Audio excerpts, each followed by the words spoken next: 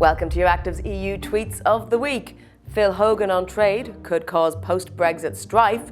Dual role Vestager sharpens big tech knife.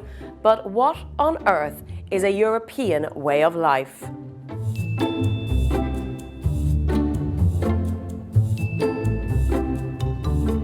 This week, it's a Brexit-free Commission special. Yes, I know, we spoil you. On Tuesday, Ursula von der Leyen announced the new portfolio lineup for the new commissioners. She said her well-balanced, agile and modern commission is led with determination, clearly focused on the issues at hand, and provides answers, prompting John Worth to ask, what were the questions?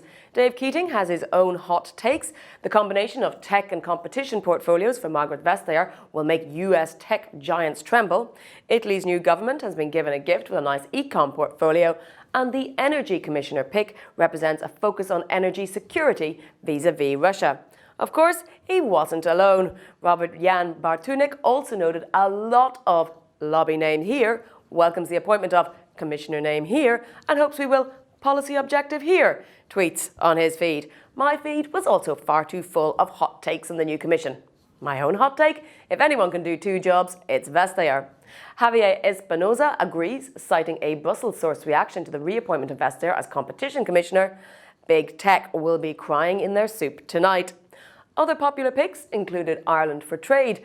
Burley Monster said he looks forward to seeing Donald Trump try to boss a handshake with Phil Hogan. As Bojan Panchevsky noted, someone once said he's so big he can swing a pig. Martina Steves added, then he'll negotiate the UK-EU trade relationship post-Brexit. Some hard trolling there by VDL. The new boss has a sense of humour.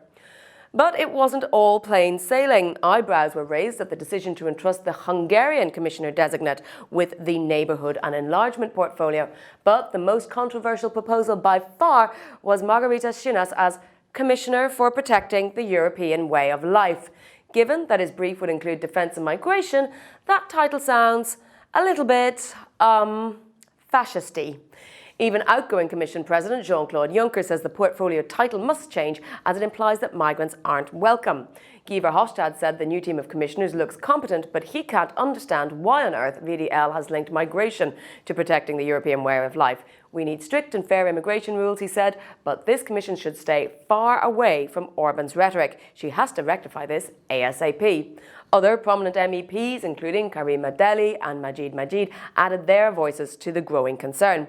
Dave Keating again, however, suspects that rather than a deliberate attempt to ape the anti-migration language of the far right, it was a cack-handed attempt to rename Defence Commissioner to something national governments wouldn't object to.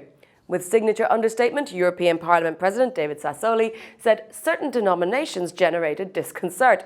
Perhaps due to hurry, original and weird names have been given to portfolios. He added that he'd invited von der Leyen to the Conference of Presidents next week to clarify the titles of some of those portfolios. The FT's Marine Khan predicted RIP for the job role, but Team VDL says no quick decisions will be taken. MEP assistants, however, had some novel suggestions for replacement titles. Vice President for Thanking Captain Obvious, Vice President for Vice Presiding, and Vice President for all the things. But it's not over until the fat lady, in this case the European Parliament, sings. The calendar for Commission hearings with the incoming commissioners will be 2 every morning, 2 every evening from 30th of September to October the 8th, with a final plenary vote on the full college on the 23rd of October in Strasbourg. And finally, I know I promised a Brexit-free zone this week, but as the EU was getting its own house in order, Donald Tusk reminded the UK again, please don't waste this time. The UK. And that's it for this week. Join us again next Friday for more thrills and spills in the Brussels bubble Twitter sphere.